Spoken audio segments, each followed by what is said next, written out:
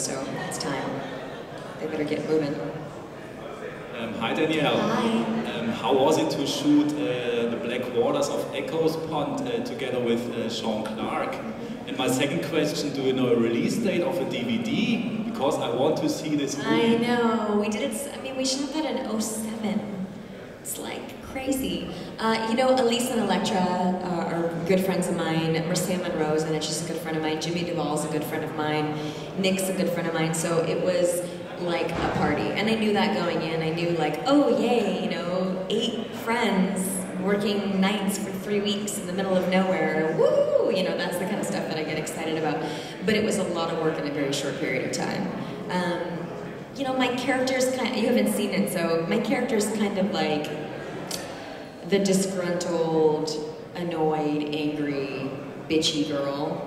So she's kind of bleh to me. I like more fun characters, but it's a really fun, you know, I almost gave away a spoiler, so I'm not gonna do it. I don't know if there's a release date. I know that he's kind of been trying to get it out for a long time. It'll probably come here before it comes to the States, that's for sure. I see a foreign release before I see a United States release. So we'll keep our fingers crossed. I'm sure you guys will be able to get it at some point. Hi Danielle. Hi. I have a question about Hatchet 2. You played the role of Mary Beth, which in part 1 was done by another actress. What's the story about it? How did you come in that project for a replacement or? Well, I auditioned for the first one and didn't get the job. Not because I didn't do a good job, but because Adam was like, there were so many other actors from other franchises that he thought it was starting to look kind of stupid. Like, oh, and then I've got this one from Friday, and this one from Nightmare on Elm Street, and then I got the girl from Halloween, and you know, whatever. So he would rather have gone with someone that nobody knew. And then we became friends, Adam Green and I, just through conventions and stuff. And when I was directing Prank, I called him and said, I need your, like, I kind of want to pick your brain a little bit. And we went and had dinner and hung out, and then we just, you know, went bowling together and bars together, and you know, whatever. And then we did. He does Road to Fright Fest, which is UK Fright Fest. So he does these short films every year. So he asked me to do one. And every time I heard he was working on a movie, I would call him and say, is there a part in it for me? Is there a part in it for me? And when he did Frozen, I don't know if anyone saw Frozen, but it's a great movie, I called him and said, yeah, so I hear there's a girl in Frozen. And he said, you don't want to do this movie. This is going to be so uncomfortable, trust me. Like, wait for the next one. So I was doing Stakeland, and he called me upstate New York and said, there's a possibility that Tamara, the girl that played Mary Beth, isn't going to end up doing the movie. And if that's the case, would you want to do it? And I said, yes, I would want to do it. I wanted to do the first one, and you didn't cast me, you ass. And he said, okay, cool, well, you know, I'm so excited, and I'll let you know, and don't say anything to anybody, and no script, nothing. So called and said, okay, it's yours. So did the deal and all that stuff, and then about a week later, he said, I'm going to drop the script off. He's my neighbor too, he lives like around the corner from me, and he said, I'm going to drop the script off at your house. And I said, okay, and he said, but I have to warn you, like, you're crying in every scene. And I was like, please, I'm not crying in every scene. Oh, yeah, I can do it. I've done this before, right? So I get the script, and it was like page 1. Mary Beth in the water, being strangled by Victor Crowley. I was like, oh my God. And then I was literally crying in almost every single scene in the movie. So it was pretty exhausting, because normally actresses get to like start somewhere, you know, be fun and sassy, and you've got all this stuff, and then you get to go from 0 to 60 in like 90 pages, right? I had to start at 60 on page 1 and take it to like 100. And then I'm scared if we do another one where oh my God, my work is cut out for me, that's for sure. It's hard for me to watch that movie because my accent, it's like, and you guys didn't even get to see the full, like, you know, what are there, like 4 minutes cut out or something? Hopefully you'll eventually get to see all the good stuff.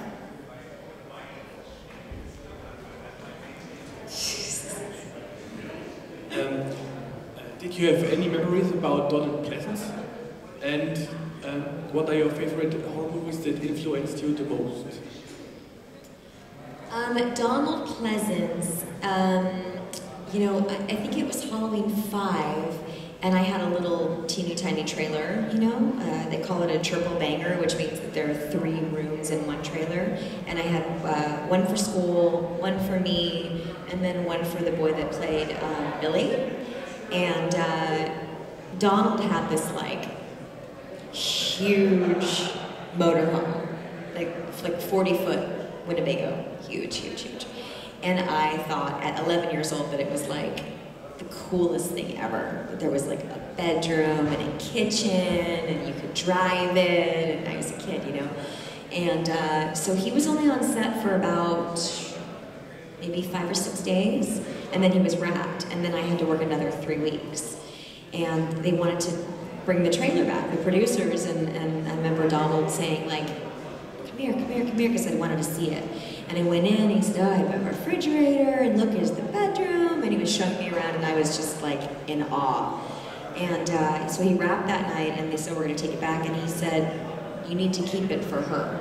This is her trailer, she is the star of this movie. I thought that was the coolest thing. And so he was very, very nice to me.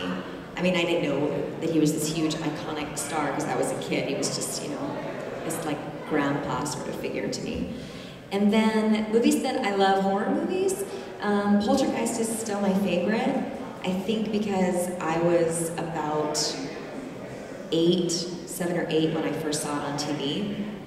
And then I did a movie of the week years ago when I was like 12, and the director's name was John Pasquin, and his wife is Jo Beth Williams, who is the mother.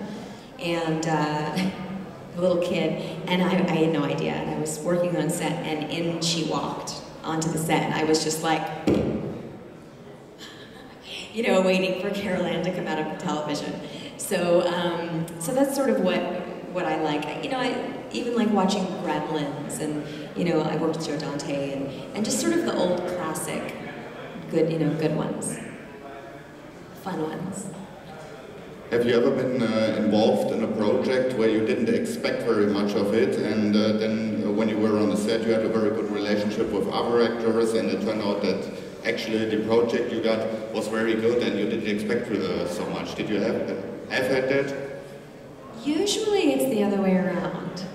Usually I think it's going to be awesome, and then I see it and I'm like, ooh, yikes, uh-oh, hope that never comes out.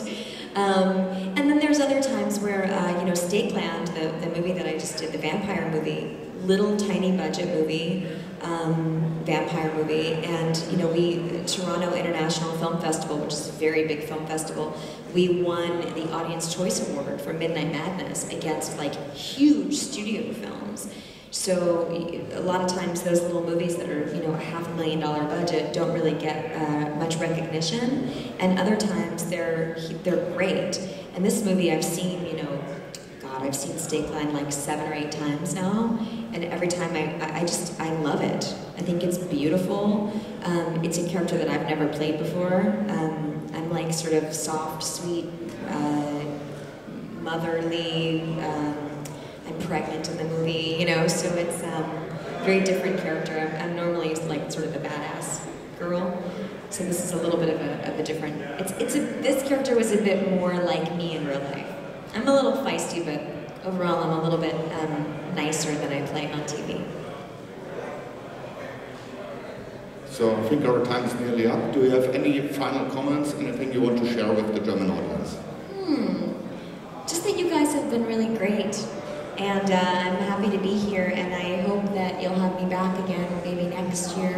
And I'm so sorry that it took me 4 years in a row to get here, and everyone that bought tickets over the years to come and I wasn't here, I truly apologize. So I will be here every single time they invite me. And Kinder, what is this? More chocolate? It's chocolate. It's a different kind of chocolate. You have to taste it. I have eaten so much shit since I've been here. But this is great. You have to taste it. I wore a dress today because I couldn't button my jeans, okay? So a different kind of chocolate. Oh my God. So you guys have been really lovely, and I thank you for having me, and I hope to see you again next year. Ladies and gentlemen, Miss Danielle.